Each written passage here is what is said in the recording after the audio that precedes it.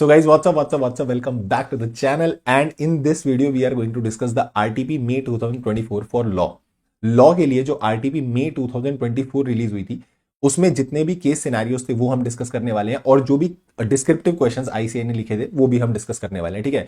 अच्छा, इस वीडियो के अंदर ना कुछ डिस्क्रिप्टिव क्वेश्चंस ऐसे हैं जो पुराने एग्जाम्स में आ चुके हैं, यानी कि वो रिपीटेड क्वेश्चंस है, उसमें कुछ नया नहीं है। बट कुछ क्वेश्चंस ऐसे हैं जो इसी आरटीपी में नए रिलीज हुए, तो वो हमको एक बार देखने हैं। और कुछ क्वेश्चंस स्पेसिफिकली सच्ची में ऐसे हैं कि अगर वो आप देख के नहीं गए ना और वो डायरेक्टली एग्जाम में आए तो फिर वहां पर हम कंफ्यूज हो जाएंगे कि इसका आंसर ऐसा क्यों हुआ। और केस सिनारियोज में भी जो आईसीआई ने एमसीक्यू दिए ना, भाई साहब क्या घुमाया हुआ है कुछ कुछ एमसीक्यूज में। Very very very brilliantly framed MCQs हैं। ठीक है, कुछ तो बहुत ही अच्छे लगे मेरे को। तो इस वीडियो के अंदर अपन डिस्कस करेंगे, फटाफट से टाइम नहीं खराब करेंगे, जल्दी से डिस्कस करते हैं अबाउट द आरटीपी। सबसे पहले हम स्टार्ट करेंगे विद द केस सिनारियोज। ठीक है, जब हम केस सिनारियोज करते हैं तो हम लोग क्या सजेस्ट करते हैं कि जब आप पेपर में केस सिनारियो करो ना, तो सबसे पहले क्वेश्चंस देखना जाके, यानी you have to see the questions first कि क्या पूछना चाह रहा है वो। सर क्यों पहले केस सिनेरियो नहीं पढ़ेंगे? नहीं, पहले सीधा क्वेश्चंस पे टूटो। क्यों? क्योंकि क्वेश्चंस में ना कई बार ऐसे क्वेश्चंस होते हैं जिनका ऊपर के केस से लेना देना ही नहीं होता। मतलब उसका केस में कुछ नहीं लिखा हुआ है एज सच रिलेटेड, वो डायरेक्टली कोई क्वेश्चन रखेगा और क्वेश्चन के एमसीक्यू बना के पूछ लेगा। तो कई बार ऐसे भी डायरेक्ट एमसीक्यूज होंगे उसके अंदर। ठीक है, तो एक बार अगर अपन क्वेश्चन देखें तो क्वेश्चंस में हमको कुछ नजर आएगा कि सर ये कुछ लास्ट डेट ऑफ एजीएम से रिलेटेड कुछ पूछ रहा है, तो इसके लिए तो मुझे डेटा देखना पड़ेगा क्योंकि ऊपर उसने कुछ क्वेश्चन में दिया रहेगा। ठीक है, फिर यहां पर भी एजीएम की डेट पूछ रहा है, यहां पर पूछ रहा है कि कंसोलिडेशन किस किस का होना चाहिए। तो यानी मेरे को यहां पे नजर आ रहा है कि मुझे इन एमसीक्यूज के लिए एक बार केस सिनेरियो गो थ्रू करना पड़ेगा। ठीक है, but to be very honest, ये जो एमसीक्यूज है ना लिटरली बहुत अच्छे हैं। ठीक है, क्योंकि इसमें कुछ एक दो एमसीक्यूज अभी मैं तुमको ऐसे दिखाऊंगा जहां वो इतना माइन्यूट डिफरेंस डालकर कंफ्यूज कर देंगे ना, और पेपर में हम पे प्रेशर होता है and we are not able to identify कि हमने गलती कहां पे कर दी। ठीक है, तो इसलिए अच्छे से इसको पढ़ना। एक काम करते हैं, केस सिनेरियो 1 से स्टार्ट करते हैं। ठीक, कुछ कुछ चीजें मैंने ऑलरेडी पहले ही तुम्हारे लिए सिंप्लीफाई करके रखी हुई हैं ताकि थोड़ा सा टाइम सेव हो जाए। सर, जो फर्स्ट केस सिनेरियो है that is from the chapter general meeting and accounts of companies. इन दोनों चैप्टर को मर्ज करके, यानी चैप्टर नंबर 7 मैनेजमेंट एडमिनिस्ट्रेशन और chapter number 9 accounts of companies को मर्ज करके ये केस स्टडी बनी हुई है। तो इसको पढ़ना शुरू करते हैं। गोल्डन लिमिटेड कंपनी है which is a listed company, जिसका इनकॉर्पोरेशन हुआ 2013 में। ठीक है सर, जिसका रजिस्टर्ड ऑफिस दिल्ली में है और कॉर्पोरेट ऑफिस नोएडा में है। कुछ बच्चों को तो ये भी डाउट रहता है कि सर रजिस्टर्ड ऑफिस और कॉर्पोरेट ऑफिस अलग अलग होते हैं क्या? हाँ, अलग भी हो सकते हैं। कई कंपनीज अलग अलग नहीं रखती, कई कंपनीज रजिस्टर्ड ऑफिस ही कॉर्पोरेट ऑफिस रखती हैं। ठीक है, okay sir, it is registered with an authorise share capital 20 crore rupees, 2 crore equity share है, 10 रुपए का एक है। बहुत बढ़िया सर, एकदम समझ में आ गया। The paid up share capital of the company is 10 crore divided into 1 crore equity shares. तो अभी 20 करोड़ की कैपिटल है, बट कंपनी ने पेड अप रखा है अभी 10 करोड़। ठीक है सर, ऑन 8th ऑफ जनवरी, अच्छा कंपनी किस बिजनेस में है? कंस्ट्रक्शन ऑफ बिल्डिंग्स में। राइट सर, तो फर्स्ट पैराग्राफ में कुछ इतना ऐसा रॉकेट साइंस नहीं था। 8th जनवरी को क्या हुआ? The company incorporated a wholly owned subsidiary. तो कंपनी ने एक होली ओन्ड सब्सिडरी बनाई, डी। ठीक है सर, जिसका काम रहेगा construction of the material like steel, iron and etcetera. ठीक है सर, और डी लिमिटेड ने इलेक्ट करा कि it will prepare its first financial statement from 8th of January 2022 to 31st of March 2022। कुछ तो लोचा है यहां पे, क्योंकि ये कंपनी का इनकॉर्पोरेशन 8 जनवरी 2022 को हुआ है, तो इसका फाइनेंशियल ईयर खत्म होगा अगले साल जाके, यानी कि 31st मार्च 2023 को जाके। क्योंकि अगर कोई कंपनी इनकॉर्पोरेट होती है 1st ऑफ जनवरी को या उसके बाद, तो हम उसके फॉलोइंग ईयर का 31st मार्च लेते हैं। हाँ सर, क्या तो सही रहे हो। 2 जनवरी को क्या हुआ? 2 जनवरी को इस गोल्डन लिमिटेड ने एक और होली ओन्ड सब्सिडरी बनाई, ई लिमिटेड। वाओ। और 5 जनवरी को गोल्डन लिमिटेड ने क्या करा? गोल्डन लिमिटेड ने एक पार्टनरशिप फर्म में इंटरेस्ट एक्वायर कर लिया 100%। भाई साहब, ओके सर, आगे क्या बोल रहा है? और ये जो ई लिमिटेड कंपनी बनी है ना, नए वाली ई लिमिटेड की बात कर रहा हूं मैं, सेकंड वाली जो सब्सिडरी बनी, ये वाली सब्सिडरी जो है ये अपने फाइनेंशियल्स बनाएगी 2 जनवरी से लेकर 31 मार्च 2023। ये ठीक कर रही है, बट वो 8 जनवरी वाली कंपनी वो जो गलत कर रही है। 1 जुलाई 2022 को, 1 जुलाई 2022 यानी 21-22 का फाइनेंशियल ईयर एंड होने के बाद, एक सब्सिडरी कंपनी डी लिमिटेड जो थी, उसने एक होली ओन्ड सब्सिडरी कंपनी बना ली, एफ लिमिटेड। बहुत बढ़िया, यानी कि 1 जुलाई 2022 को सब्सिडरी कंपनी डी लिमिटेड ने एक और होली ओन्ड सब्सिडरी बनाई, एफ लिमिटेड। अब गोल्डन लिमिटेड जो है वो अपने स्टैंड अलोन का मतलब होता है सिर्फ अपने फाइनेंशियल स्टेटमेंट, कंसोलिडेटेड नहीं है। Golden limited prepared it's stand alone financial statement for the year 2021-22 और उसने ये प्रेजेंट कर दिए एजीएम में 25 अगस्त 2022 को, ठीक है, और उसको अडॉप्ट कर लिया गया। एजीएम कब हुई थी? एजीएम हुई थी जी 2 सितंबर 2022 को। बढ़िया सर, यहां तक सब समझ में आ रहा है। गोल्डन लिमिटेड ने 22-23 फाइनेंशियल ईयर यानी 22-23 फाइनेंशियल ईयर के लिए जो अपने स्टैंड अलोन फाइनेंशियल और कंसोलिडेटेड फाइनेंशियल स्टेटमेंट्स थे वो प्रेजेंट करे before the board of director 20 अगस्त को, और एजीएम हुई 26 सितंबर को। आपको ये सारा डेटा पढ़ते हुए कुछ क्वेश्चंस के आंसर करने हैं, ठीक है सर। तो मैं थोड़ा सा समराइज कर देता हूं, हुआ क्या है। एक कंपनी है गोल्डन लिमिटेड कंपनी, जिसका रजिस्टर्ड ऑफिस दिल्ली में है। मेन मोटी मोटी बात यही है, ठीक है। और ये जो कंपनी है गोल्डन लिमिटेड कंपनी, इसने एक होली ओन सब्सिडरी बनाई है 8 जनवरी को। इसने एक होली ओन सब्सिडरी बनाई है 2 जनवरी को भी, विच इज ई, एंड जो 8 को बनाई थी दैट वाज डी। एक होली ओन सब्सिडरी एफ बनाई गई है, पर ये जो एफ वाली होली ओन सब्सिडरी है ना, ये गोल्डन लिमिटेड ने नहीं बनाई, ये बनाई है डी ने। ये होली ओन सब्सिडरी किसकी है? डी की। बहुत ही बढ़िया सर। फाइनेंशियल ईयर 21-22 और फाइनेंशियल ईयर 22-23, दो फाइनेंशियल ईयर्स का डिस्कशन इस क्वेश्चन में चल रहा है।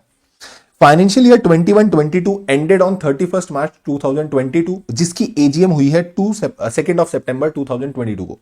और 22-23 कंपनी फाइनेंशियल ईयर जो है, उस फाइनेंशियल ईयर के एंडिंग पे यानी कि 31 मार्च 2023, उसकी एजीएम हुई है 26 सितंबर 2023 को, ठीक है सर। तो मोटा मोटी मेरे को डेटा समझ में आ गया। एक गोल्डन लिमिटेड कंपनी है, उसकी दो होली ओन्ड सब्सिडरी है डी और ई। डी की एक सब्सिडरी है एफ।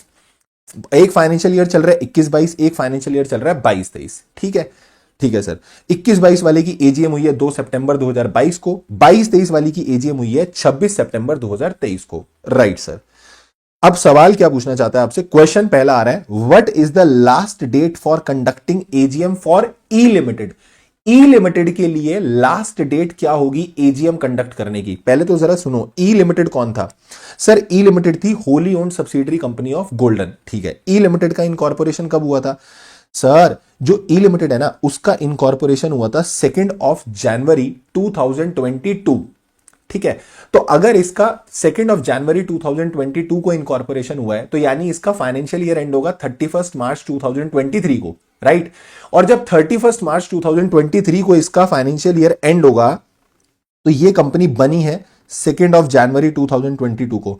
इसका फाइनेंशियल ईयर खत्म होगा 31 मार्च 2023। ध्यान रखना मैं 23 बोल रहा हूं, 22 नहीं, क्योंकि एक फाइनेंशियल ईयर यहां एंड होगा, पर यहां इस कंपनी का फाइनेंशियल ईयर एंड नहीं होगा, क्योंकि इस कंपनी का इनकॉर्पोरेशन 1 जनवरी या उसके बाद हुआ है, ठीक है। तो इसका फॉलोइंग ईयर वाले पे चला जाएगा फाइनेंशियल ईयर, यानी इसका फाइनेंशियल ईयर एक तरीके से 15 महीने का जा रहा है अप्रॉक्स। 31 मार्च 2023 को खत्म होगा। और एजीएम के लिए हम क्या रूल लगाते हैं? एजीएम के लिए सेक्शन 96 क्या बोलता है कि भैया अगर फर्स्ट ईयर आपकी फर्स्ट एजीएम है, तो it should be conducted within 9 months of the closure of the financial year. आपको 9 महीने के अंदर अंदर वो क्या करना पड़ेगा? From the close of financial year आपको 9 मंथ्स के अंदर एजीएम करानी पड़ेगी। तो यानी अगर इसका फाइनेंशियल ईयर एंड हो रहा है 31 मार्च 2023 को, तो क्या मैं बोलूं वहां से 9 महीने यानी कि 30 सितंबर 2023 will be the last date जहां तक इसको क्या करानी पड़ेगी? एजीएम करानी पड़ेगी। So this will be the last date जब तक इसको क्या करानी है? एजीएम करा लेनी है, दैट इज 30 सितंबर 2023, राइट सर। अगर हम बात करते हैं गोल्डन लिमिटेड की, गोल्डन लिमिटेड कौन था? Golden limited was that parent company, main पहली वाली कंपनी जिसके बारे में बात हो रही थी। तो गोल्डन लिमिटेड जो है सर, उसको एजीएम कब करा लेनी है फॉर द फाइनेंशियल ईयर 22-23? तो गोल्डन लिमिटेड की तो पहली एजीएम नहीं है, तो गोल्डन लिमिटेड की तो बाद वाली सब्सिक्वेंट एजीएम है। और सब्सिक्वेंट एजीएम के लिए हम दो डेट्स कौन सी चेक करते हैं कि लास्ट एजीएम से ये वाली जो एजीएम आप कराने वाले हो, इन दोनों एजीएम्स के बीच में maximum gap should be 15 months, इससे ज्यादा नहीं होना चाहिए। तो सब्सिक्वेंट एजीएम के लिए हम रूल क्या लगाते हैं सर? सब्सिक्वेंट एजीएम के लिए हम रूल लगाते हैं कि maximum gap should be 15 months, 15 महीने का मैक्सिमम गैप होना चाहिए बिटवीन टू एजीएम। और दूसरी चीज, सेकंड जब आपका क्लोजर हुआ फाइनेंशियल ईयर का, वहां से विद इन 6 मंथ आपको एजीएम करा लेनी है। यानी आप दो डेट निकाल लो, पिछली एजीएम से 15 महीने की एक डेट निकाल लो, लास्ट एजीएम कब हुई आपकी, वहां से 15 मंथ्स काउंट कर लो and you will find a date, ठीक है, वो डेट निकाल लो।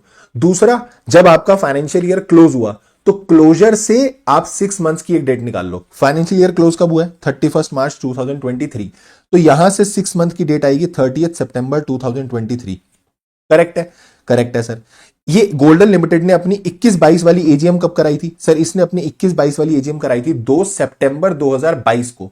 तो 2 सितंबर 2022 से जब मैं 15 मंथ्स काउंट करूंगा तो इट विल बी आफ्टर 30 सितंबर। मुझे इससे 15 महीने की एक डेट निकालनी होती है। वो डेट जो निकलती है 15 महीने वाली, ये और ये 6 महीने वाली date, whichever is earlier जो होता है, हमको वो लास्ट डेट रखनी होती है। भैया हमारी जो 21-22 वाली एजीएम है, हमारी 21-22 वाली एजीएम ही 2 सितंबर को हुई है। अगर मैं उसको 15 महीने लेके भी जाऊंगा तो वो कहीं ना कहीं दिसंबर के आसपास जाके, जनवरी के आसपास जाके डेट आएगी। मुझे उसको चाहिए ही नहीं, तो मेरे लिए लास्ट डेट क्या हो जाएगी? 30 सितंबर 2023, यानी कि इट विल बी ए। तो आंसर विल बी ए। समझ में आ गई बात? 30 सितंबर 2023। Now coming to third question, very easy simple question. Question बोल रहा है कि भैया कंपनीज एक्ट 2013 के हिसाब से स्टैंड अलोन आपने फाइनेंशियल स्टेटमेंट तो बना लिया, ठीक है, बट आपको कंसोलिडेशन भी तो करना पड़ेगा। तो ये पूछना चाह रहा है आपसे 31 मार्च 2022 को जो फाइनेंशियल ईयर एंड होगा उस दिन किस किस का कंसोलिडेशन हो जाएगा। तो मैं बोलूं 31 मार्च 2022 को, क्योंकि ये डी लिमिटेड वाली जो सब्सिडरी थी, गोल्डन लिमिटेड एक कंपनी है, गोल्डन की सब्सिडरी है डी, और डी ने अपनी एक होली ओन सब्सिडरी बनाई थी एफ। तो kind of chain holding concept हो गया। बट ये तो जुलाई 2022 में बनी है, यानी कि 31 मार्च 2022 के बाद बनी है, तो इसका कंसोलिडेशन नहीं होगा 22 वाले फाइनेंशियल स्टेटमेंट्स में। तो सर 22 वाले फाइनेंशियल स्टेटमेंट में किसका कंसोलिडेशन होगा? तो गोल्डन लिमिटेड का अपने फाइनेंशियल्स लेगी, उसके साथ क्योंकि ये कंपनी 31 मार्च 2022 से पहले बन गई है तो डी लिमिटेड को कंसोलिडेट कर लेगी, साथ में ई लिमिटेड का भी इनकॉर्पोरेशन हो गया है तो ई भी कंसोलिडेट हो जाएगा, और ई के द्वारा 100% पार्टनरशिप इंटरेस्ट लिया हुआ है किसने? गोल्डन लिमिटेड ने। यानी गोल्डन लिमिटेड ने XYZ पार्टनरशिप फर्म में 100% इंटरेस्ट एक्वायर करा है बाय ई लिमिटेड। तो क्योंकि 100% पार्टनरशिप इंटरेस्ट आपने एक्वायर करा है तो उसके भी अकाउंट्स आपके साथ कंसोलिडेट होंगे। तो यानी कि हमें यह समझ में आ गया फाइनेंशियल ईयर 31 मार्च 2022 का एंड होते तक golden limited, D limited, E limited और साथ में वो पार्टनरशिप फर्म, इन चारों के अकाउंट्स क्या हो जाएंगे? कंसोलिडेट हो जाएंगे। तो सर उस हिसाब से हमारा आंसर जो है वो हो जाएगा इट विल बी सी, यानी कि C will be the answer. Golden limited अपने अकाउंट, साथ में डी, ई और पार्टनरशिप फर्म के अकाउंट्स कंसोलिडेट कर लेगी। नेक्स्ट क्वेश्चन, सेम क्वेश्चन है, बस बोल रहा है 31 मार्च 2023 पे किसका कंसोलिडेशन होगा।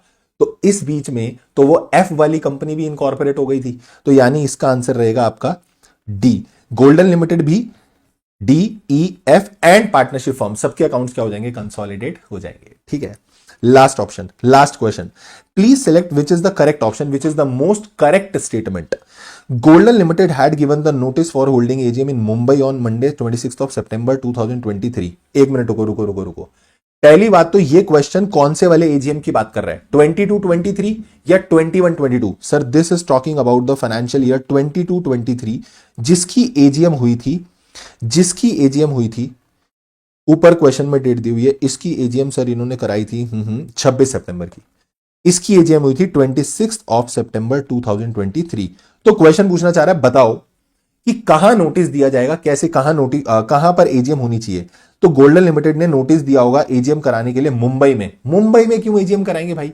एजीएम है तो यानी कि वहां होगी जहां कंपनी का रजिस्टर्ड ऑफिस है। पहली बात तो उसी रजिस्टर्ड ऑफिस में होनी चाहिए, और अगर रजिस्टर्ड ऑफिस में नहीं पॉसिबल तो फिर उसी सीटीवी मतलब सिटी टाउन विलेज में देखोगे। तो यानी कि इसका रजिस्टर्ड ऑफिस कहां पे है? दिल्ली में। तो भैया यहां पर आ जाओ पहले, तो दिल्ली मुझे दिख रहा है ये दो, यानी ये दोनों तो वैसे ही एलिमिनेट हो गए, तो ये दोनों ऑप्शन में से तो आंसर है ही नहीं है। अब आप आंसर जो आएगा वो बी या डी में से आएगा। तो सर इन्होंने बी और डी में किस चीज का डिफरेंस डाला हुआ है? डेट सेम है, रजिस्टर्ड ऑफिस सेम है, तो फिर फर्क किस चीज का है? फर्क है टाइमिंग का। फर्क है टाइमिंग का। जो एजीएम होनी चाहिए वो बिजनेस आवर्स में होगी, और ये 8:30 बजे का टाइम हमको नहीं चाहिए भैया, 9 बजे के बाद का टाइम लिया जाएगा, बिकॉज यहां पर 11 बजे का टाइम लिखा होगा नोटिस में। तो this is the correct compliance of the law कि गोल्डन लिमिटेड ने अपना एजीएम का नोटिस दिया होगा, और एजीएम कहां कंडक्ट की जाएगी? दिल्ली में की जाएगी, 26 सितंबर 2023 को की जाएगी, और 11 बजे स्टार्ट हो जाएगी meeting. This is the correct statement as per the law. So answer रहेगा इसका अपना पी। क्लियर है? This was the first case scenario. Now we will be moving to the second case scenario. ठीक है, मेरे हिसाब से एकदम बढ़िया तरीके से सारे पॉइंट्स लॉजिकली क्लियर हो गए होंगे कि पूरे केस सिनेरियोज में किस किस चीज पर क्वेश्चन पूछा हुआ है।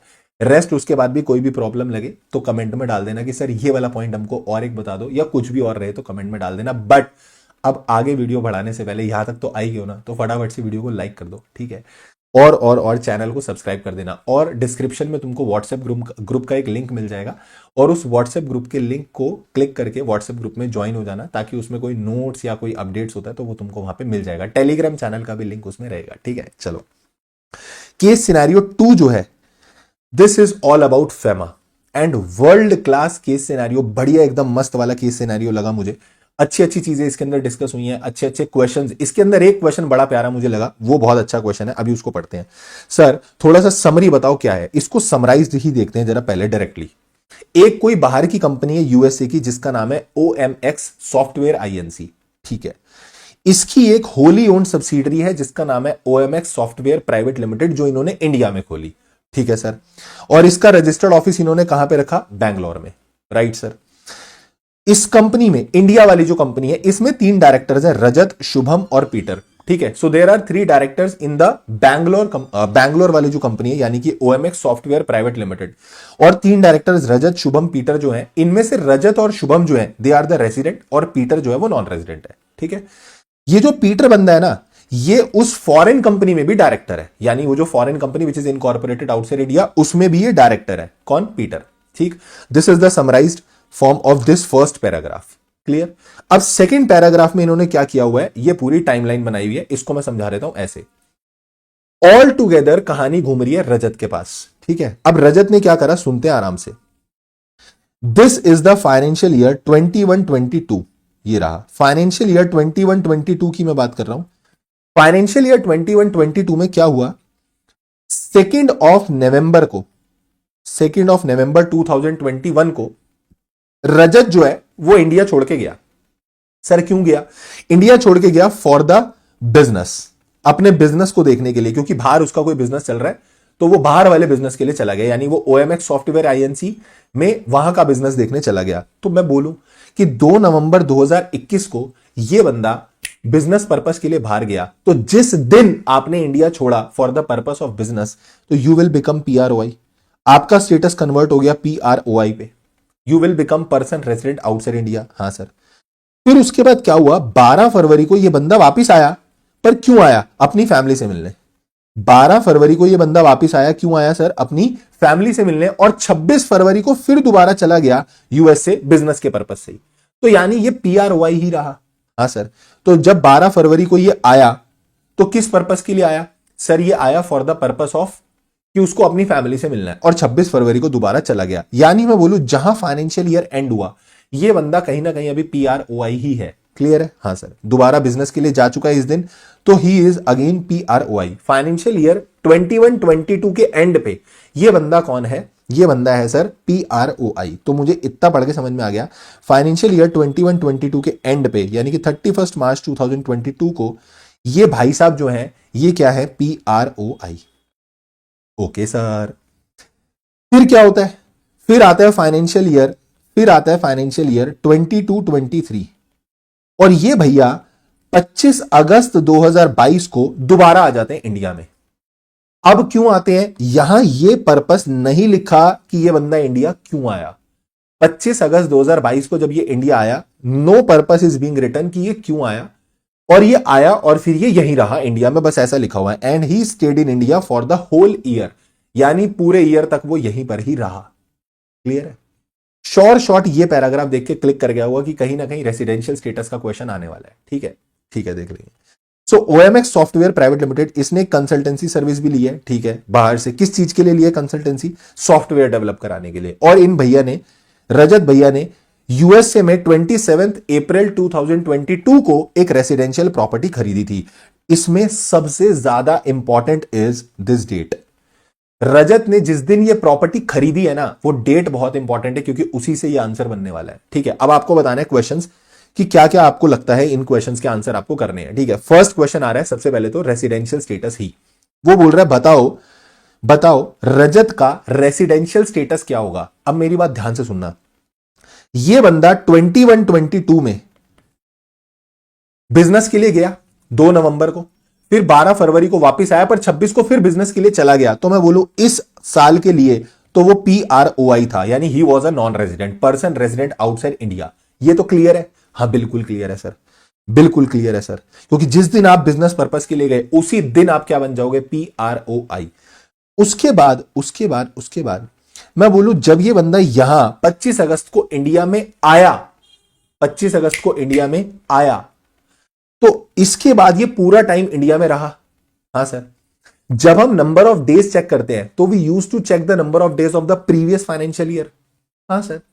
तो मैं बोलूं 22-23 के लिए, 22-23 के लिए आप 21-22 के डेज देखोगे, पर यहां डेज देखने ही नहीं है, क्योंकि ये बंदा 21-22 में किस पर्पस के लिए गया था? बिजनेस। तो जिस दिन गया था PROI हो गया था। तो यानी 22-23 के लिए तो ये बंदा PROI है। मेरी बात समझ में आई? 22-23 के लिए ये बंदा PROI है। Why? Although I have to check the 182 more than 182 days of the previous year, मुझे वो देखना पड़ेगा, बट मैं देखूंगा ही नहीं। 22-23 का स्टेटस निकालने के लिए मैं 21-22 का स्टे देखूं, क्योंकि ये बंदा 21-22 में किस पर्पस के लिए गया है? बिजनेस पर्पस के लिए। फिर आएगा इसका अगला साल 23-24, 23-24, 23-24 के लिए मैं इसका स्टे देखूंगा 22-23 का। तो ये 22-23 में इंडिया आ गया था। कब आ गया था? 25 अगस्त 2022 को। और जब ये 25 अगस्त को इंडिया में आया था तो बिजनेस प्रोफेशन के लिए थोड़ी आया था, क्योंकि कोई रीजन ही नहीं लिखा क्यों आया। तो हम मान के चलेंगे कि अब यहीं आ गया, यहीं पे रहेगा किसी भी पर्पस से, वो other than that business profession vocation, उसके अलावा किसी पर्पस से आया है। और अगर आया है तो हम इसके 182 डेज चेक करेंगे। तो ये बंदा 25 अगस्त से आया, 25 अगस्त से आया, तो मैं बोलूं 25 अगस्त से सितंबर, अक्टूबर, नवंबर, दिसंबर, जनवरी, फरवरी, मार्च, और 25 अगस्त को भी आ गया था। तो 25 अगस्त से लेके 31 मार्च 2023 तक ये बंदा क्या मोर देन 182 डेज था इंडिया के अंदर? यस सर, एब्सोल्युटली था। तो यानी कि ये बंदा 23-24 के लिए क्या बन जाएगा? PRI। समझ में आया? सर एक बार दोबारा बताओ भाई, आराम से सुनो। 21-22 में he left India for business purpose. He became PROI on the same day when he left India for the business purpose, right? You are going to check the residential status of 22-23, but on the basis of 21-22. But you will not be checking 21-22 का stay. क्यों? क्योंकि ये बंदा business profession के लिए गया। So for 22-23 he will be PROI। Clear एकदम? हाँ मस्त सर। बट 23-24 के लिए मेरे को 22-23 का स्टे देखना पड़ेगा। तो जब मैंने 22-23 का स्टे देखा तो 25 अगस्त 2022 से लेके 31 मार्च 2023 तक ये बंदा कहां था? इंडिया में था। तो इसका stay is more than 182 days, तो he will become the resident of India, यानी कि PRI बन जाएगा। तो हमको ऐसा ऑप्शन ढूंढना है कि 22-23 के लिए he will be PROI, but 23-24 के लिए he will be resident. So he will be resident. Answer is B. Mister Rajat Kapoor to be treated as non resident for financial year 22-23 because उसने बिजनेस पर्पस के लिए इंडिया छोड़ा, but 23-24 के लिए he will be resident because उसका stay in India in the previous financial year is more than 182 days. Clear है? ओ भाई साहब, अगला क्वेश्चन ये लल्लू क्वेश्चन है, ठीक है, इसमें सिर्फ लिमिट बेस्ड क्वेश्चन आए, इसमें कोई दिक्कत नहीं है। Considering the provisions of foreign exchange management act, how much amount can company remit outside India? वो जो आपने कंसल्टेंसी सर्विस ली थी, तो कंसल्टेंसी सर्विस के लिए आप कितना रेमिट कर सकते हो सर, वो बताओ। तो अगर आपको याद हो तो फेमा में आपने पढ़ा होगा सर, आपको धुंधला धुंधला थोड़ा थोड़ा याद आ रहा होगा कि फेमा में हमने कहीं ना कहीं एक चीज पढ़ी थी कि अगर हम रेमिटेंस करते हैं for the purpose of consultancy, but consultancy कौन सी वाली होनी चाहिए सर? कंसल्टेंसी होनी चाहिए इंफ्रा प्रोजेक्ट की, तो उसके लिए लिमिट होती थी $1 करोड़, और अदर प्रोजेक्ट्स के लिए होती थी $10 लाख। यहां पर वो सॉफ्टवेयर डेवलप करवा रहा है, तो that is not consultancy for infra project.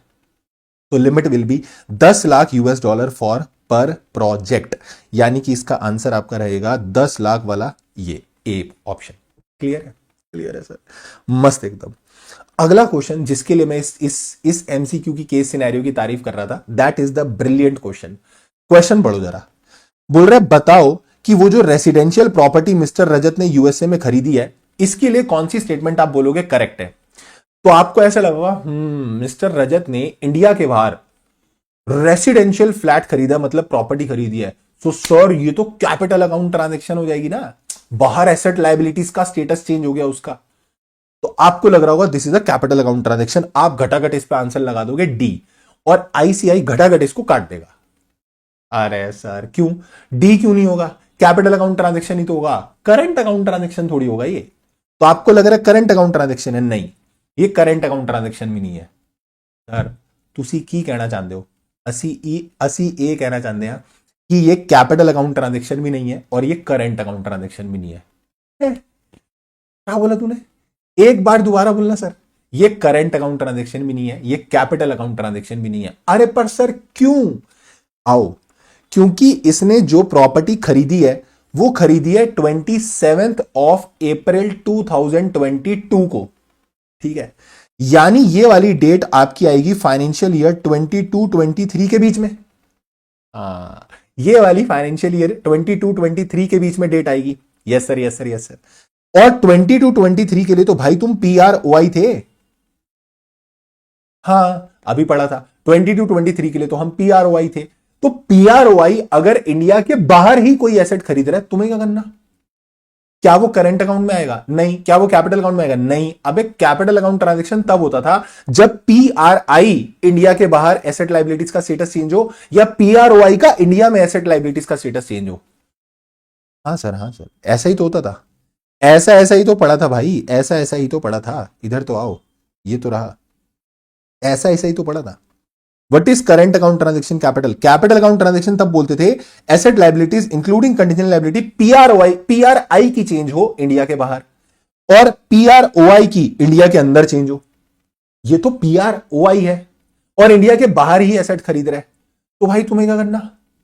तो यानी ना ये करंट अकाउंट ट्रांजेक्शन है, ना ये कैपिटल अकाउंट ट्रांजेक्शन है। बात समझ में आई? So this is the correct answer. गलत मत कर देना कि ये कैपिटल अकाउंट ट्रांजेक्शन है, ना ये करंट है ना ये कैपिटल है। क्लियर हो गया लॉजिक? हाँ सर, बिल्कुल क्लियर हो गया। It is very very clear to us. मजा आ गया एकदम? हाँ सर, मजा आ गया। हाँ, एक MCQ इस पे और बन सकता था, मैं बता देता हूं क्या। Might be they could ask you the question कि क्या ये वाली प्रॉपर्टी ये होल्ड कर सकता है, क्योंकि 23-24 में ये PRI बन गया है, तो अब ये बंदा इस एसेट को होल्ड कर सकता है। तो हम बोलेंगे हाँ, ऐसा सेक्शन 6 में लिखा हुआ है कि व्हेन यू वर PROI और तब तुमने कोई इमूवेबल प्रॉपर्टी बाहर एक्वायर की थी, तो you can continue to hold that. हाँ, होल्ड कर सकते हो, ये हो जाएगा। ठीक है, ठीक है सर, ओके सर। अब इसके बाद इन्होंने MCQ के सिनेरियो तो हो गए खत्म, 2-3 इन्होंने MCQ अलग अलग चैप्टर से दिए हुए। अब तुमको ऐसे भारी भरकम बड़े बड़े MCQ देख के लग रहा होगा हो क्या MCQ पूछे हुए, फालतू सवाल है। देखो, अगर अगर अगर कॉन्सेप्ट क्लियर है ना तो ये MCQ सॉल्व कर लोगे, बट अगर तुमने वो गहराइयों में जाकर नहीं पढ़ाई की ना, तो फिर ये MCQ सॉल्व नहीं होगा। ठीक है, तो भैया ये कंपनी है drug software company INC, which is incorporated in Australia, that is company incorporated outside India. Very good sir. इसके डायरेक्टर कौन कौन है? सर एक मिस्टर अरुण है, वो MD है, मिस्टर रणवीर है, वो डायरेक्टर है, रमेश मलिक जी है, वो भी डायरेक्टर है, और मिस्टर नवाज जो है वो भी डायरेक्टर है। ठीक है सर। और मिस लवीना जो है उनको सेक्रेटरी रखा है for the purpose of compliance and all. It is to be noted that Mr. Ramesh Malik and Mr. Nawaz, resident in India, are the person who have been authorized by the drug to accept on behalf of the company service of process. ओ, यानी कि ये वो बंदे हैं जिनको company ने authorise करा है कि भाई सब डॉक्यूमेंटेशन इंडिया में तुम देखोगे और तुम्हारे कोई सब नोटिस वोटिस दिए जाएंगे, डॉक्यूमेंट वगैरह अगर तुम्हें दे दिया तो मान लिया जाएगा कि वो नोटिस ड्रग सॉफ्टवेयर को सर्व हो गया, यानी they are the authorised representative. ठीक है, तो आगे भैया ये बोलना चाहते हैं, अब हुआ क्या है, in relation to the company establishment, you are required to enlighten the drug company INC with respect to whose declaration will be required to be submitted to the registrar of company by the drug software company. Registrar को किस किस की declaration जाएगी? तो sir declaration authorised representative की जाती थी ना? नहीं, डिक्लेरेशन जो होती है वो ऑथोराइज्ड रिप्रेजेंटेटिव की भी और डायरेक्टर्स की भी जाएगी भाई। तो यानी यहां पर डायरेक्टर कौन है? ये Arun, this is MD, managing director. Mr. Ranveer, he is a director also. So Mr. Ramesh Malik and Nawaz, ये authorized person भी हैं और ये डायरेक्टर भी हैं। तो मैं एक चीज बताऊं, यहां पर डिक्लेरेशन जाएगी इन चारों की। सर ऐसा कहां लिखा है? ऐसा लिखा है सेक्शन 380 में, जाके चेक करना। जब आप कोई कंपनी इनकॉर्पोरेट करते हो इंडिया के अंदर, तो आप सेक्शन 380 पढ़ते हो कि आपको कौन कौन से डॉक्यूमेंट जो हैं वो सबमिट करने होते हैं टू द रजिस्ट्रार, तो उसमें ये डिक्लेरेशन का जिक्र है, और ये declaration is to be submitted by directors and authorised representative. तो सर यहां पर डायरेक्टर जो है, यानी कि ये चारों लोग क्या करेंगे? डिक्लेरेशन फाइल करेंगे। अरुण, रणवीर, रमेश और नवाज, सब लोगों के द्वारा क्या जाएगी? डिक्लेरेशन जाएगी। क्लियर है? यहां अपना निपटता है पूरा आधा घंटा लगा के एकदम बढ़िया तरीके से एमसीक्यू वाले case scenarios plus other than that MCQs also.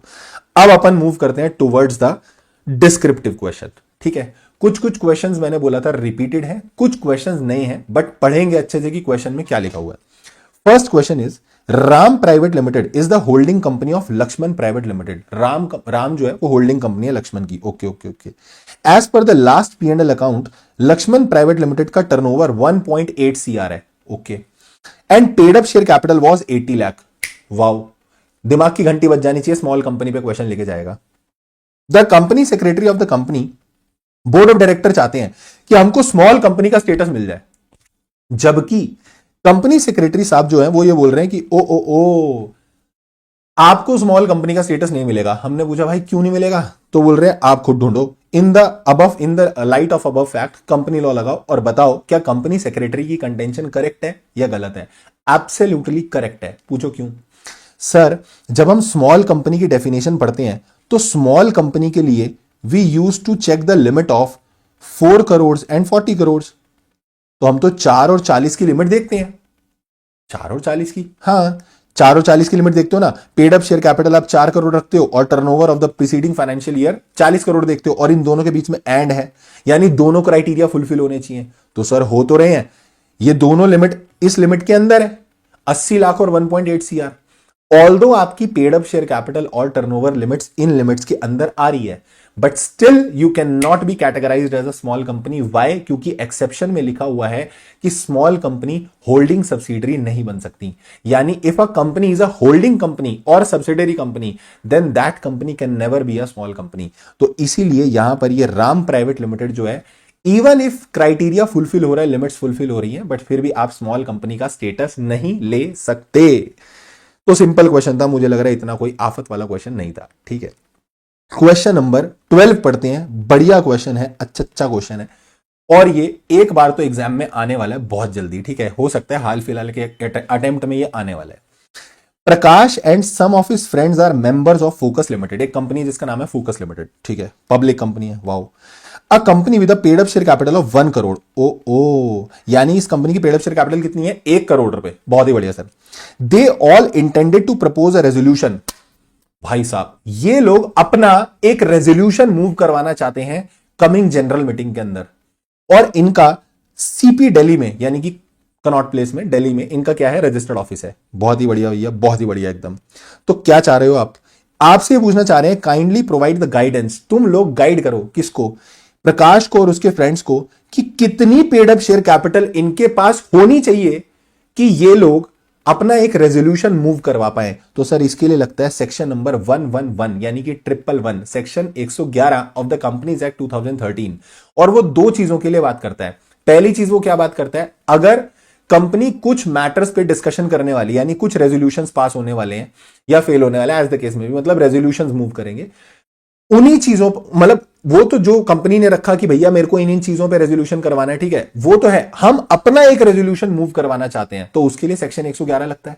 या फिर सेक्शन 111 एक और चीज के लिए लगता है कि अगर मान लो कि कंपनी जिन मैटर्स पर रेजोल्यूशन मूव करवा रही है, उसपे से किसी एक मैटर पे आपको अपने कुछ तर्क देने, आपको अपनी कुछ स्टेटमेंट देनी है, तो वो स्टेटमेंट सर्कुलेट करवाना चाहते हो आप। इन दो चीजों के लिए सेक्शन 111 लगता है। तो ये बोल रहा है बताओ कितनी share capital V should hold. तो अगर आपको याद आ रहा हो ना, तो आपको लिमिट फॉलो करनी होती है जो सेक्शन 100 में दी हुई है। यानी कि सेक्शन 100 में क्या होता है? EGM called by requisitionist. जितने लोग मिलकर रिक्वेस्ट डालते थे फॉर ईजीएम, उतने ही लोगों, मतलब उतनी ही कैपिटल आपको होल्ड करनी पड़ेगी, उतने ही शेयर कैपिटल आपके पास होनी चाहिए अगर आप ये काम भी कराना चाहते हो तो। और वहां लिमिट कितनी दी हुई है? 1/10 of the total share capital.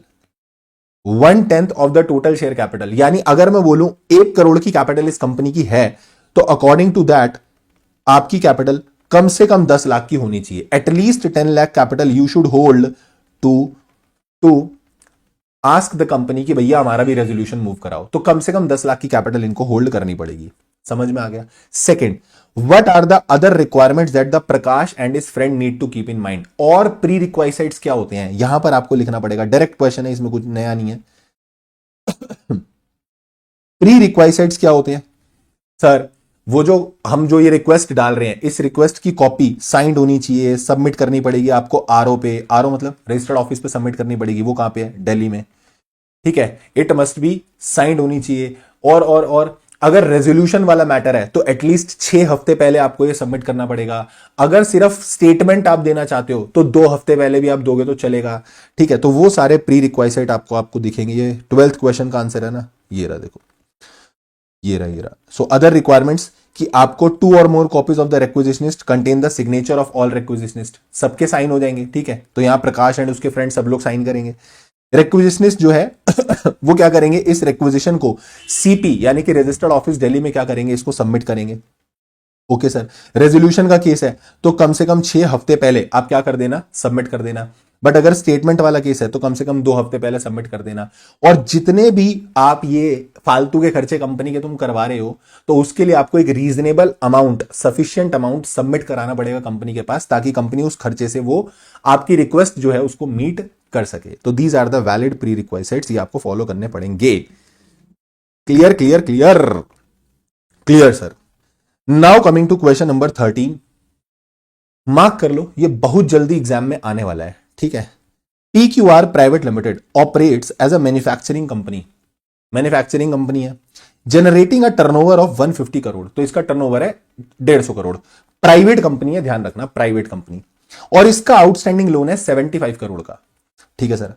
But इसने टोटल लोन लिया हुआ था 110 करोड़ का, जिसमें से 35 करोड़ का इसने इसी साल रीपे करा है, ठीक है। ड्यूरिंग द ईयर रीपे हुआ है, ध्यान रखना, इसी ड्यूरिंग द ईयर इसने 35 करोड़ का रीपे करा है। तो इससे पहले इसका लोन कितना था, इससे पहले इसका लोन था 110 करोड़, ठीक है। सवाल क्या है, क्वेश्चन पूछना चाह रहा है, the companies board has delegated the authority to chief executive officer to designate an internal auditor to conduct the internal audit. तो बोर्ड जो है उन्होंने अथॉरिटी दे दी, किसको अथॉरिटी दे दी, सीईओ को, कि भैया एक इंटरनल ऑडिटर लेकर आओ जो इंटरनल ऑडिट करेगा। हाउएवर सीईओ वो थोड़ा सा बावला है, और सीईओ बोल रहा है कि सर हमको तो इंटरनल ऑडिटर चाहिए ही नहीं है। अच्छा, analyse the accuracy of the CEO perspective, CEO के पर्सपेक्टिव की एक्यूरेसी एनालाइज करो। एकदम वाहियात एक्यूरेसी है उसकी। सर क्यों, उसकी एकदम वाहियात एक्यूरेसी इसलिए है क्योंकि उसने लॉ को ठीक ढंग से नहीं पढ़ा। वो भैया क्यों ऐसा बोल रहे होंगे, उन्होंने एक दिमाग लगाया होगा, section 138 internal audit. Private company के लिए 2 लिमिट हमको चेक करनी होती थी, 100 और 200। 100 और 200 मतलब 100 करोड़ का हमको लोन देखना होता था, और टर्नओवर हम देखते थे 200 करोड़। तो उस भाई ने सोचा होगा टर्नओवर 200 करोड़ एक्सीड नहीं कर रहा, और लोन भी जो है वो 100 करोड़ का एक्सीड नहीं कर रहा, तो इसका मतलब इसे इंटरनल ऑडिटर नहीं चाहिए। पर वो लाला जी एक लाइन आगे देखना भूल गए कि जहां टर्नओवर वाली लाइन लिखी हुई है, जहां लोन वाली लाइन लिखी हुई है, तो लोन में वहां आगे लिखा हुआ है at any point of time. Sir एक बार अगर आप हमें सेक्शन 138 के दर्शन करा दो तो मजा सा आ जाए, ताकि हमको थोड़ी सी श्योरिटी हो जाए सर कि 138 में क्या क्या है।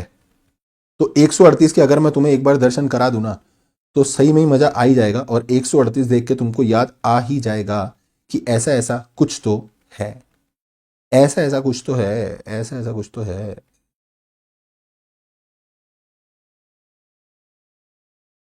देखो जी, 138 अगर आप देखोगे तो प्राइवेट कंपनी के लिए outstanding loan more than 100 crore at any point of time, किसी भी समय प्रीसीडिंग फाइनेंशियल ईयर, एक दिन के लिए भी अगर तुम्हारे, एक दिन के लिए भी अगर, वो ये फेमा कैसे आ गया भाई, ये दारू वारू बिलियन ने, नशे में है ये। एक दिन के लिए भी अगर आपकी प्रीसीडिंग फाइनेंशियल ईयर में आउटस्टैंडिंग लोन 100 करोड़ एक्सीड हुए थे ना, आपको इंटरनल ऑडिटर चाहिए, बात खत्म। तो भैया हमें इंटरनल ऑडिटर चाहिए, that's it, we want internal auditor. समझ में आ गई बात, तो हमें इंटरनल ऑडिटर चाहिए। सीईओ की पर्सपेक्टिव एकदम वाहियात है, गलत है। What would be your response if the board of director wanted to appoint Mr. Nagendra, an ex-employee who is qualified chartered accountant as an internal auditor? ये जो मिस्टर नागेंद्र हैं, ये इसी कंपनी के एक्स एम्प्लॉय हैं, पहले एम्प्लॉय थे अब नहीं है, बट कंपनी इसको इंटरनल ऑडिटर रखना चाहती है, रख सकती है। पर हाँ अब एम्प्लॉय नहीं है तो रख सकते। अरे भाई ये अभी भी एम्प्लॉय होता ना तो भी रख लेते, क्योंकि इंटरनल ऑडिट एम्प्लॉय भी कर सकता है और एक आउटसाइडर भी कर सकता है, और ये बंदा तो चार्टर्ड अकाउंटेंट भी है। तो यस सर, जो ये मिस्टर नागेंद्र है, he is very much eligible to be appointed as the internal auditor, so this is correct. हाँ इसको रख सकते हैं, ठीक है। बढ़िया सर, इस पे मार्क करो, अच्छा क्वेश्चन है, मेरे को प्यारा क्वेश्चन लगा। ये मई 19 के अटेम्प्ट में भी आया था, नवंबर 22 के अटेम्प्ट में भी आया था, तो पूरी पूरी संभावना है एक आध बार और रिपीट हो सकता है। ठीक है, क्वेश्चन क्या है मैं समराइज कर देता हूं। क्वेश्चन ये बोलना चाह रहा है, government of Tamil Nadu and Andhra Pradesh collectively hold 60% paid up share capital of orange limited. तो ये एक गवर्नमेंट कंपनी हो गई। हाँ सर, क्योंकि more than 51% paid up share capital is with the state governments. Audited financial statement of this company was presented in the AGM. AGM हुई 17 अगस्त 2023 को। उसमें एजीएम, उस एजीएम में हमने फाइनेंशियल्स रखे, पर अभी सी एंड एजी के कमेंट नहीं आए, क्योंकि गवर्नमेंट कंपनी है तो सी एंड एजी के कमेंट आने चाहिए थे, बट अभी कमेंट नहीं आए और मीटिंग एडजर्न हो गई। अब क्योंकि मीटिंग एडजर्न हुई तो यानी अभी फाइनेंशियल्स अडॉप्ट नहीं हुए, और फाइनेंशियल्स बिना अडॉप्ट हुए मीटिंग एडजर्न हो गई। ठीक है, बट भाई अगर फाइनेंशियल अडॉप्ट नहीं भी हुए तो ये अनअडॉप्टेड फाइनेंशियल स्टेटमेंट भी तो फाइल करने होते हैं आरओसी को, जो सेक्शन 137 में लिखा होता है कि अनअडॉप्टेड फाइनेंशियल स्टेटमेंट भी आरओसी को क्या करो, फाइल करो। बट इन्होंने करे नहीं, कंपनी ने did not file it's financial with the ROC. फिर बाद में कमेंट आ गए, एडजर्न्ड एजीएम हुई 20 सितंबर 2023 को, उसमें फाइनली फाइनेंशियल स्टेटमेंट अडॉप्ट किए गए, अकाउंट्स अडॉप्ट हुए, और जब ये अडॉप्ट हुए उसके बाद इन्होंने क्या करा, 20 सितंबर को एजीएम हुई और 29 सितंबर को फाइल कर दिए। चलो ये तो ठीक है, विद इन टाइम तुमने फाइल करे हैं फाइनल वाले। भाई पहले वाले का क्या बोल रहे, एग्जामिन करो ऑरेंज लिमिटेड ने क्या फाइलिंग की, कंप्लायंस की है, नहीं की है, की भी है और नहीं भी की है, तो दोनों आंसर आपको लिखने पड़ेंगे। आंसर कैसे लिखना है आपको आंसर लिखना है, पहले तो कोट कर देना सर सेक्शन 137। सेक्शन 137 क्या बोलता है, सेक्शन 137 बोलता है कि भैया जब आप एडजर्न भी कर रहे हो ना एजीएम को, और आपके जो ये फाइनेंशियल स्टेटमेंट अडॉप्ट नहीं हुए हैं, तो भैया अनअडॉप्टेड वाले भी क्या करो, फाइल करो। कितने दिन के अंदर, 30 डेज के अंदर, और आरओसी उसको प्रोविजनल रखेगा। फिर जब आपकी ये फाइलिंग, जब आपकी अडॉप्शन हो जाए तो फाइनल वाले भी फाइल कर देना, 30 डेज के अंदर वो फाइनल हो जाएंगे। तो इन्होंने, कंपनी ने क्या करा है, कंपनी ने दो कांड कर दिए। कंपनी ने क्योंकि अनअडॉप्टेड वाले फाइल नहीं करे तो वो नॉन कंप्लायंस है, बट 29 सितंबर को जो फाइनल वाले फाइल कर दिए हैं वो कंप्लायंस है। तो यानी कि कंपनी ने फाइनल वालों के लिए तो कंप्लायंस करा है, बट प्रोविजनल वालों के लिए नॉन कंप्लायंस किया है।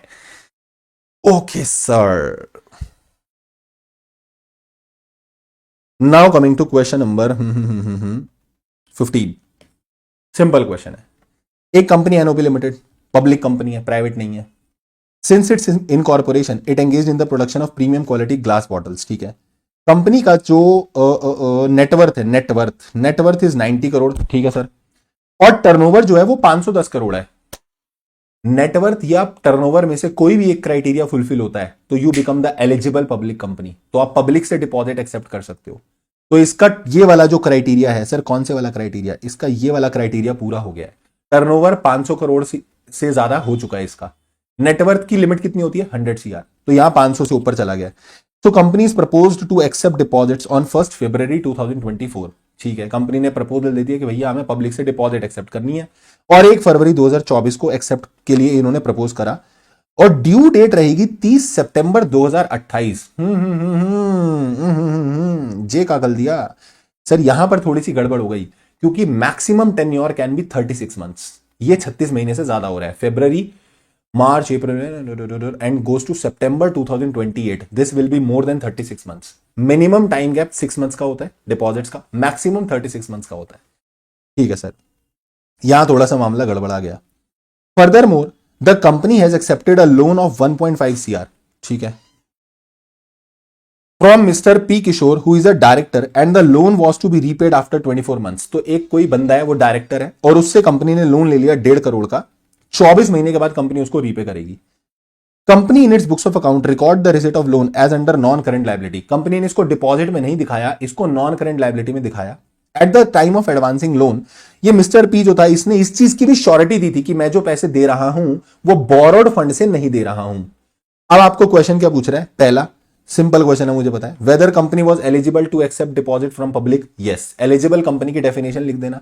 Yes, company is eligible. Eligible company की डेफिनेशन लिखोगे पहले यहां पे, एलिजिबल कंपनी, वो 100-500 वाला क्राइटेरिया, तो उसमें 500 वाला क्राइटेरिया आपने पूरा कर दिया है। दूसरा, what is the tenure, tenure कितना लिखोगे, मिनिमम 6 महीने और मैक्सिमम 36 मंथ्स। एंड क्या कंपनी ने in accordance of companies act tenure रखा है, नहीं, यहां पर वॉयलेशन हो गया, मिनिमम मैक्सिमम 36 महीने हो सकता है, पर तुम्हारा उससे ज्यादा जा रहा है तो ये वॉयलेशन है। And with reference to the loan advance by mister P, क्या उसको डिपॉजिट माना जाए या नहीं माना जाए? नहीं माना जाएगा सर। डेफिनेशन ऑफ डिपॉजिट में जो एक्सेप्शंस दी होती हैं उसमें यह पॉइंट दिया हुआ है कि अगर आप किसी व्यक्ति से लोन ले रहे हो और लोन लेते समय वो आपका डायरेक्टर था और वो ये चीज की अश्योरिटी दे देता है आपको कि हमने जो पैसे दिए हैं आपको वो बोरोड फंड में से नहीं दिए हैं, then it is not to be considered as deposit. Sir एक बार अगर आप हमें डिपॉजिट वाला चैप्टर भी लगे हाथ दिखाई दो तो क्या पता मजा आ ही जाए। तो एक बार जरा डिपॉजिट वाला चैप्टर भी लगे हाथ देख ही लेते हैं।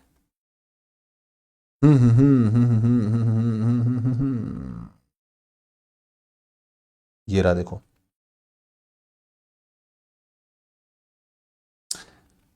Any amount receive from a person who was director of the company. जब आपको पैसा रिसीव हुआ तो वो डायरेक्टर से रिसीव हुआ है और वो बंदा जो था वो बंदा जो था वो बंदा जो था do do do do do do do do वो बंदा जो था उसने ये अश्योरेंस भी दिया है क्या कि मैंने जो ये पैसे दिए हैं ये आउट ऑफ बोरोड फंड नहीं है।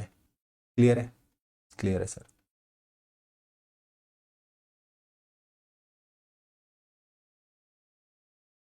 क्वेश्चन नंबर 16 एक बार देख लो जरा।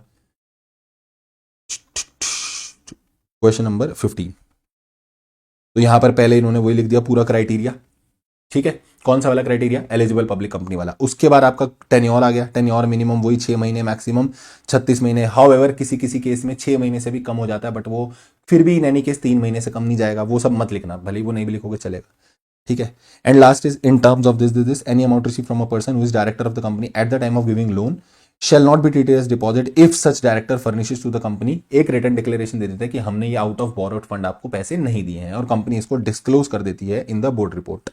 तो भैया ऐसा हो चुका है तो इसको हम डिपॉजिट नहीं मानेंगे। क्लियर? Clear sir. इसके बाद आते हैं हम क्वेश्चन नंबर 16 पे। Question number 16 is the fine publisher registered in Tokyo, company incorporated outside India. New question, began operating in India during the financial year 2009। The company has duly submitted all documents to the registrar. एक बार बताओ, ओए इधर देखो, मेरे को देखो, कौन से रजिस्ट्रार को ये डॉक्यूमेंट फाइल हुए होंगे? हाँ, रजिस्ट्रार दिल्ली को तुमने डॉक्यूमेंट क्या करे होंगे? फाइल करे होंगे। क्यों? आरओसी दिल्ली की जुरिस्डिक्शन होती है। ऑन 1 मार्च 2023 ये फाइन पब्लिशर जो है इसने अपना प्रिंसिपल ऑफिस चेंज करा है टोक्यो में। टोक्यो का है बिहार में। अरे सर कैसी बातें कर रहे हो, टोक्यो इज इन जापान। तो टोक्यो में इन्होंने क्या करा है, अपना अपना जो प्रिंसिपल ऑफिस है उसे बदला है। बोल रहे बताओ क्या आपको यहां पर भी कुछ करना पड़ेगा क्या? हाँ करना पड़ेगा। जो डॉक्यूमेंट तुमने आरओसी को फाइल कर दिए थे, अगर उसमें कोई ऑल्टरेशन होता है तो ऑल्टरेशन के 30 डेज के अंदर आपको आरओसी को फाइल करना होता है as per section 380 of the companies act 2013। तो भैया सिंपल सिंपल से जाके 30 डेज के अंदर ऑल्टरेशन फाइल कर देना आरओसी को। इसमें कुछ नया नहीं है, यहां पर सिंपल तुमको चिपका के आना है सेक्शन नंबर 380। 30 डेज के अंदर file alteration within 30 days. Clear है? Okay sir. सर ये जो आप लिख रहे हो ये फाइल हमको मिल जाएगी? हाँ फाइल मिल जाएगी। ये फाइल मिल जाएगी टेलीग्राम चैनल में, डिस्क्रिप्शन में जाना, वहां पे लिंक होगा, उसी में मिल जाएगी, ठीक है। Now coming to LLP। Wow sir wow. Mohit is a creditor of ABC LLP। He has a claim of 10 lakh rupees against the LLP। इसने 10 लाख रुपए लेने थे कंपनी से, बहुत ही बढ़िया। However the assets of LLP, अरे हम कुछ MCQ छोड़ के आ गए क्या ऊपर? मुझे ऐसा क्यों लग रहा है कि हमने कोई MCQ छोड़ा है, हमने कोई MCQ छोड़ा है। ओए हाँ, ओए हाँ, हमने एक MCQ छोड़ा ना LLP वाला। ओए हाँ, ओए हाँ, ओए हाँ, हमने एक MCQ छोड़ दिया है और हमने एक केस सिनेरियो का MCQ भी छोड़ दिया। वाह सर वाह, ये तो हमने कर लिया था कि ना तो ये कैपिटल है ना ये करंट है। LLP का एक ये क्वेश्चन भी है और एक डिस्क्रिप्टिव भी है, दोनों इकट्ठे डिस्कस कर लेते हैं। भावेश यश एंड चिराग इनकॉर्पोरेटेड LLP, ठीक है सर। चिराग जो है उसने अपना रेसिडेंशियल एड्रेस क्या कर दिया? चेंज कर दिया।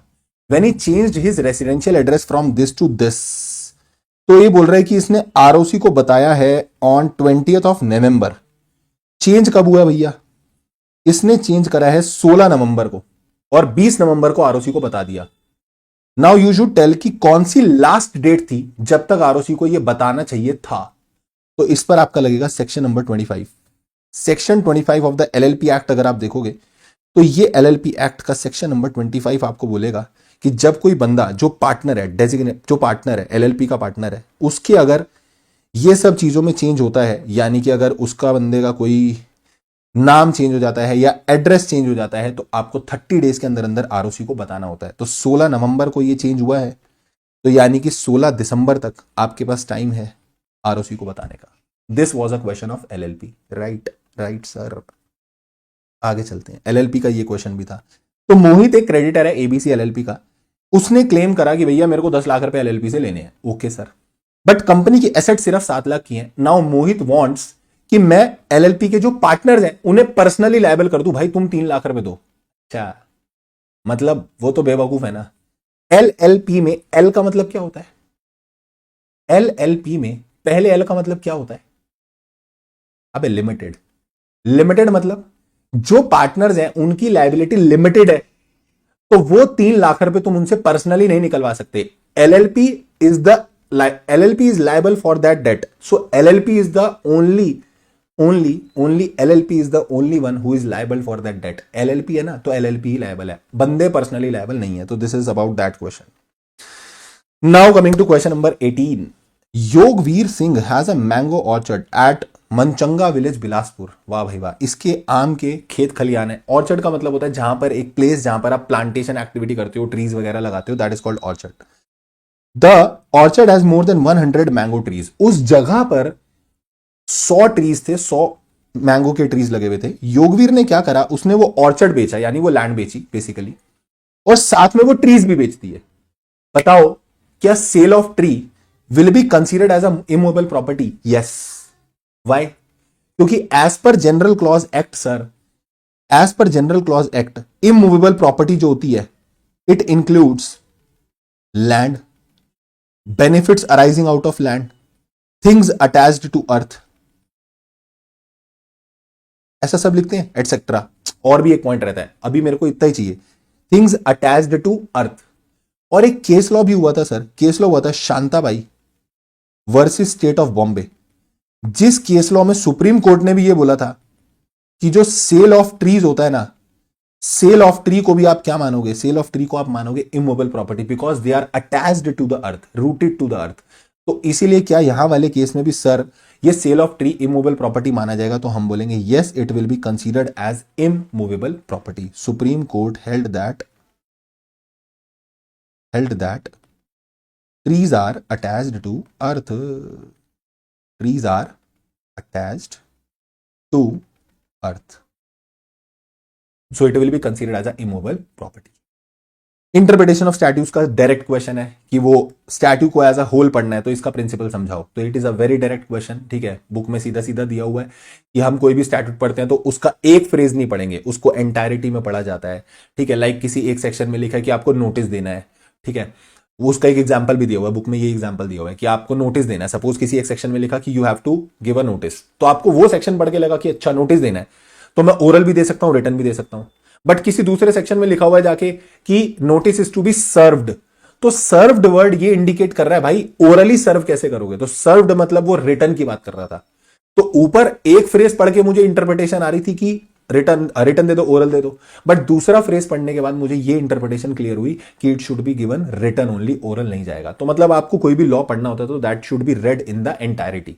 जैसे आप कोई डीड पढ़ते हो तो डीड के भी सारे क्लॉजेस को एक साथ एंटायरिटी में पढ़ा जाता है ताकि उसका करेक्ट मीनिंग निकाला जा सके। तो this is that direct question, सीधा सीधा है। अब आ रहा है भैया फेमा का एक क्वेश्चन, अच्छा क्वेश्चन है, छोटा छोटा प्यारा प्यारा नोना क्वेश्चन है, इजी क्वेश्चन है।